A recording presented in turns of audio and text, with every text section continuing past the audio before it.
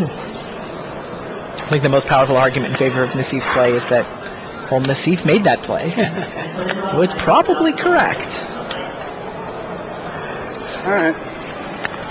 You're drawing 1, 2, not 3, too slim. 4, 5, 6. There are 7 lands already in play, so... It's possible. How many cards do you have? 4, 8? Yeah. Do you? All right, go. Cruel Ultimatum, he is exactly what he wants to draw. Can he do it again? Oh, Broodmate Dragon. Go. That'll do.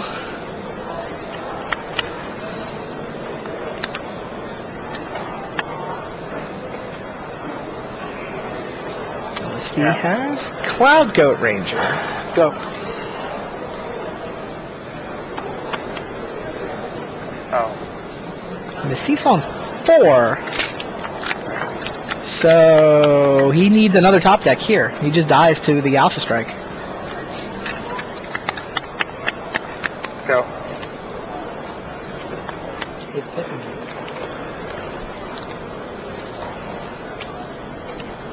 Alpha Strike is lethal, right? Gabe needs a trick. If it wasn't lethal before, double lethal. Even more lethal now. That's 4. Okay. Gabe drew Broken Ambitions. That doesn't help. Nope. Yep. Game 3 goes to Luis Scott Vargas. So he breaks serve, thanks in part to a double mulligan. And now... Like, he had like Cloud Good if I cast him first instead of... I was hoping maybe you cast Luis Scott Vargas up 2-1. Just needs to win one of the next 2 games. And he's got his second Pro Tour title in the last 6 months. LSV needs a bathroom break. Pretty reasonable clip through these games. Yeah. We've spent more time shuffling than we have playing. It's probably true. Hello again. Fun times. 2 absolutely great players. I find myself incredibly conflicted. Conflicted? Conflicted. Okay. I go back. Who's ever winning, I find myself rooting for the other person. I want both of these guys to win. I want them to sort of lay down their arms, shake hands, and call it a tie. I don't think that's going to happen. I'm pretty sure it's not. But, you know, we may Tournament Mansion probably let them take the tie if they just both took second place money or something. It's part of the economic stimulus package.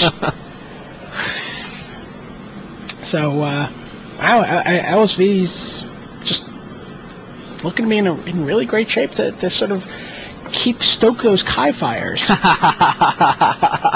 Who's going to make the bet about Honolulu? I'll probably make the bet about Honolulu. Really? Yeah. All right. What kind of hat do you wear? A very big hat. It's a very big I hat. have a straw hat. I have a straw hat. A straw hat. You can eat a straw hat. Yeah, it's kind of got a big brim, though, so I'll have to think about it. Does not seem possible that he could keep this up. He has to win this event first. So if he finishes this off and he wins Honolulu, you'll eat your hat. I will eat a hat. All right. I like it. I like it a lot. It is absolutely remarkable the way he's winning. And he focuses one game at a time. Like, he seems one of the most impressive players. At this point, like, everybody is watching him.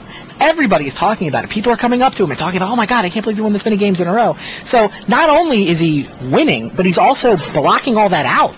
Like, it actually gets harder because you've got all these bizarre conversations and pressures and crowds and things, and he's able to just not thinking about winning 18 matches in a row. He's just thinking about winning this game right here, right now. That's all he needs to focus on. That's all he does focus on. So I think he's actually very impressively focused in that respect. Yeah, and it just seems to have a fundamental understanding.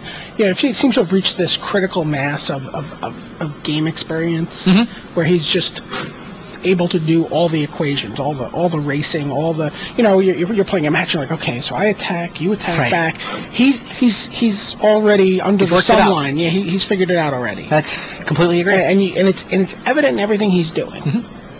And it's across formats, too. I still think, you know, the backpack with the Legacy deck and the Type 1 deck, and these are good decks. He's like, here, you, friend, go play this, win yourself a Mox.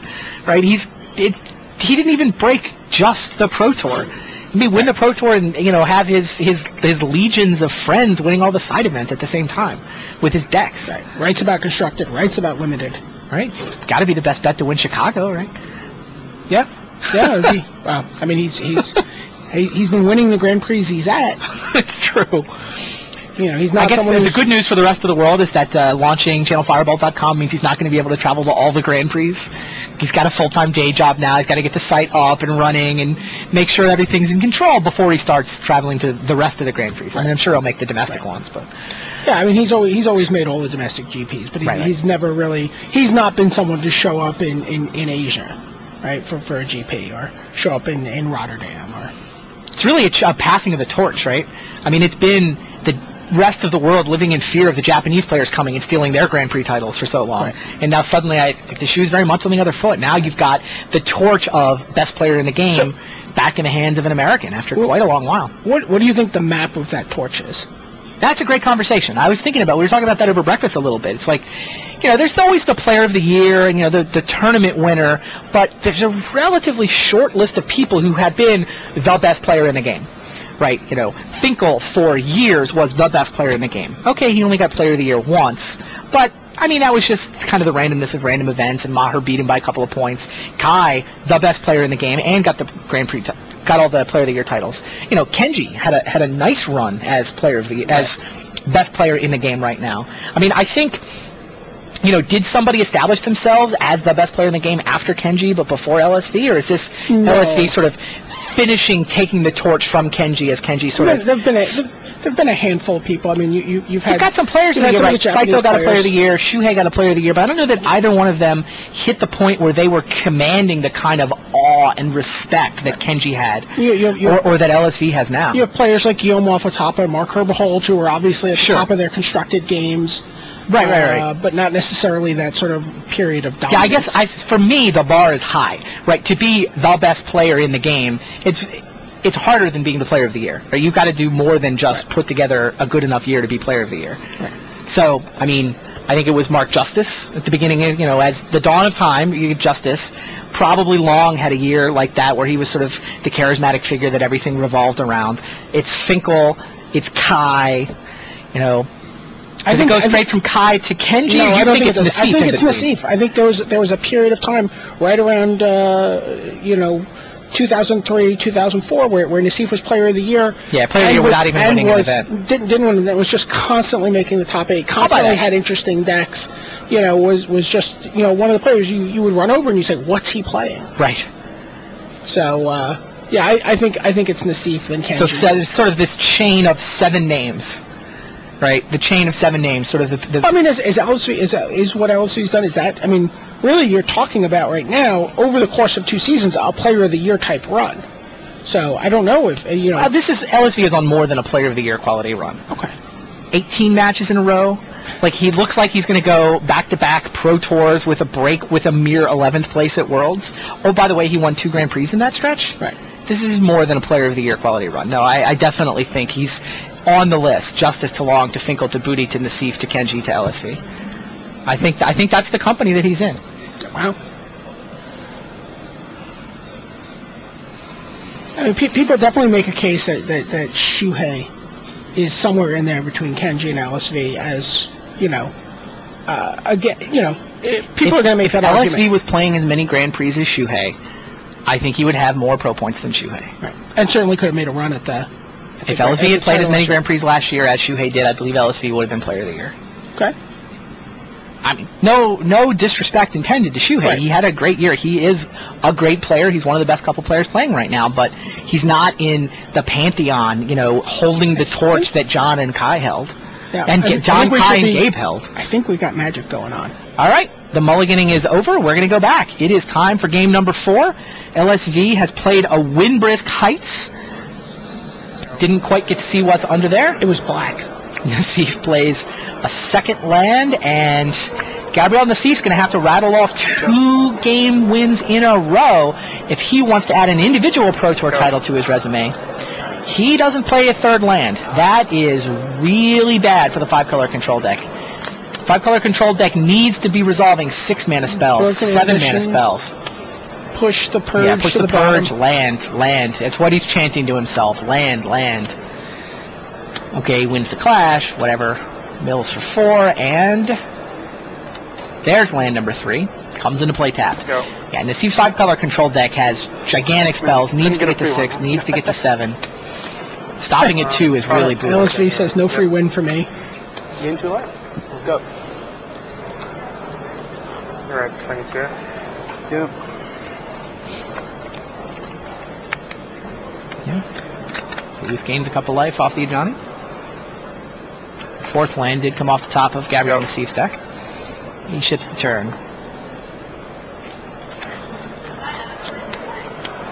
Yeah, 2 different copies of Cruel Ultimatum in Gabe's hand, along with Cryptic Command. Broodmate Dragon. 2 dragons. It's 2 6s, 2 7s, and 2 4s. Yeah. Two cryptic commands. Wow, that is an expensive hand. Interesting hand to keep with 2 lands. Yeah. LSV declines to play anything though there. He's obviously afraid of counter magic and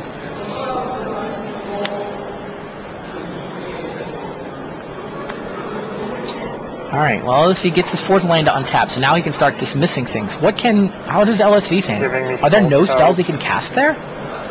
He's got Yeah. Does not actually have any black mana yet.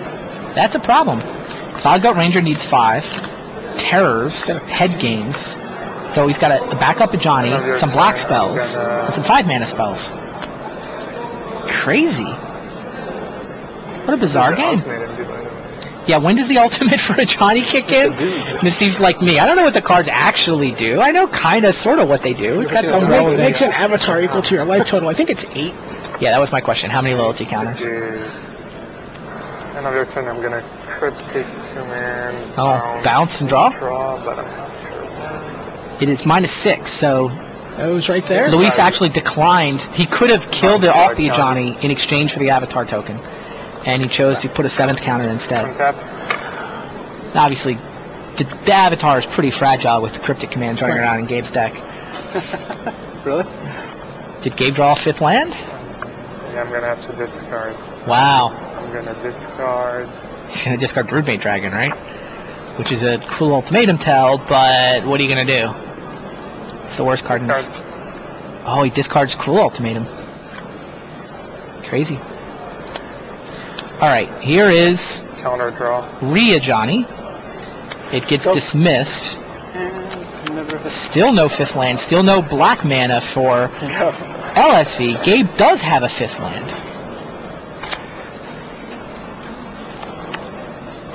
There's 5th land, and it's and black, black mana. firing up the reflecting pools, so Bitter Blossom is the lead.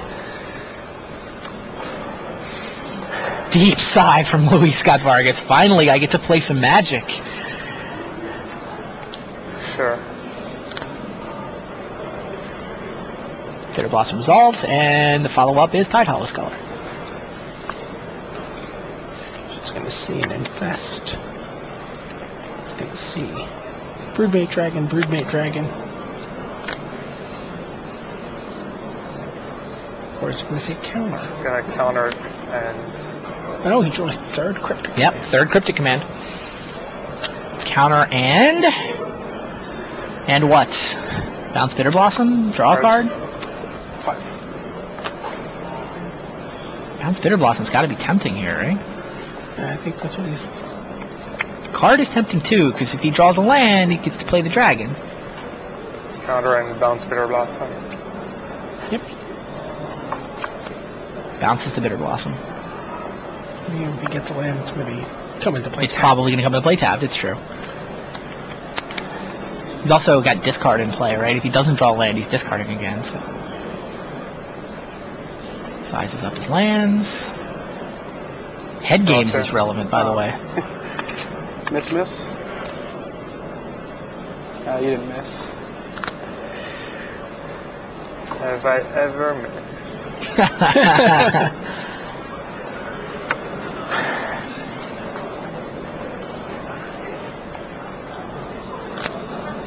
Thinking about what land to play? I guess. There you go. Because if he draws a land, he'll clearly head games here. 7. Right? Well, I guess there's negates that can stop it? Yeah.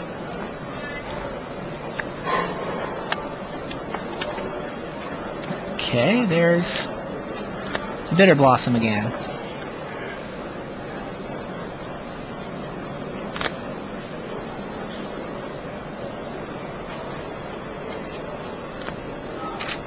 Interesting that Gabe chose drawing 2 off the Esper Charm rather than destroying the Bitter Blossom. Yeah. Let's hit his lands. Yeah. No, I mean, I think it's, like I said, it's an interesting debate with this deck. Would you rather draw cards or would you rather kill a Bitter Blossom? I think it's situational and depends. Make your opponent discard, get into the point where you can then finish them off with Cruel Ultimatum. Yep. I mean, with 2 Broodmate Dragons and a Cruel Ultimatum in his hand, I think Gabe's right. He just needs lands.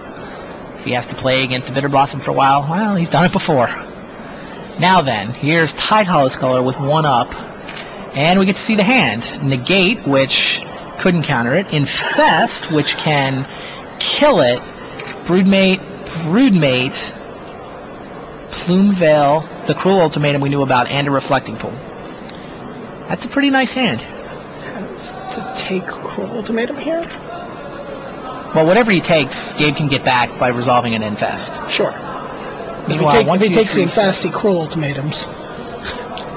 If he takes the Cruel Ultimatum, he has 2 turns to... I think you take the Infest or the Cruel... Yeah, looks like you can cast this one. Alright. Yeah. Yeah, he could cast Cruel Ultimatum next turn, so... that would be too good. So, yeah, that seems right. So now the Thief has to decide whether to play a Dragon or an Infest. And if he Infests, he gets to leave up Negate mana.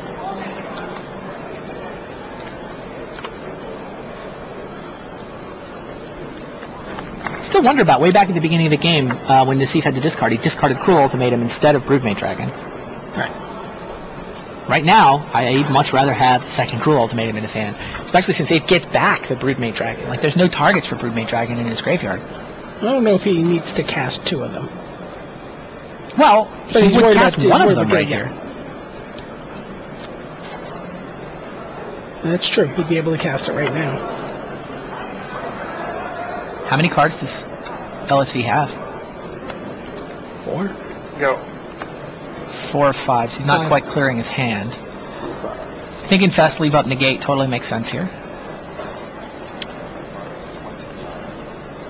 Okay, 5 up to 6. Cloud Go Ranger. Makes sense. LSV's got to just apply pressure as much as he can, right? Yeah, that's fine. He is clearly the beat down here, and hopefully if he forces Gabe to... if he can force Gabe to tap out, then he can head games him. Yeah. Right? That's what he wants to do. Put enough pressure on and force Gabe to talk out.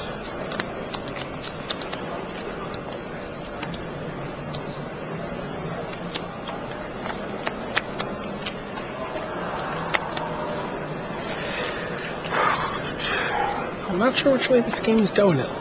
No, it's a really interesting game. I mean, both players were mana screwed at the beginning, but they both drew out of it at approximately the same time. I think that's advantage to Nassif, just on, like, broad theoretical terms. But LSV does, in fact, have Bitter Blossom and Cloud Goat Ranger.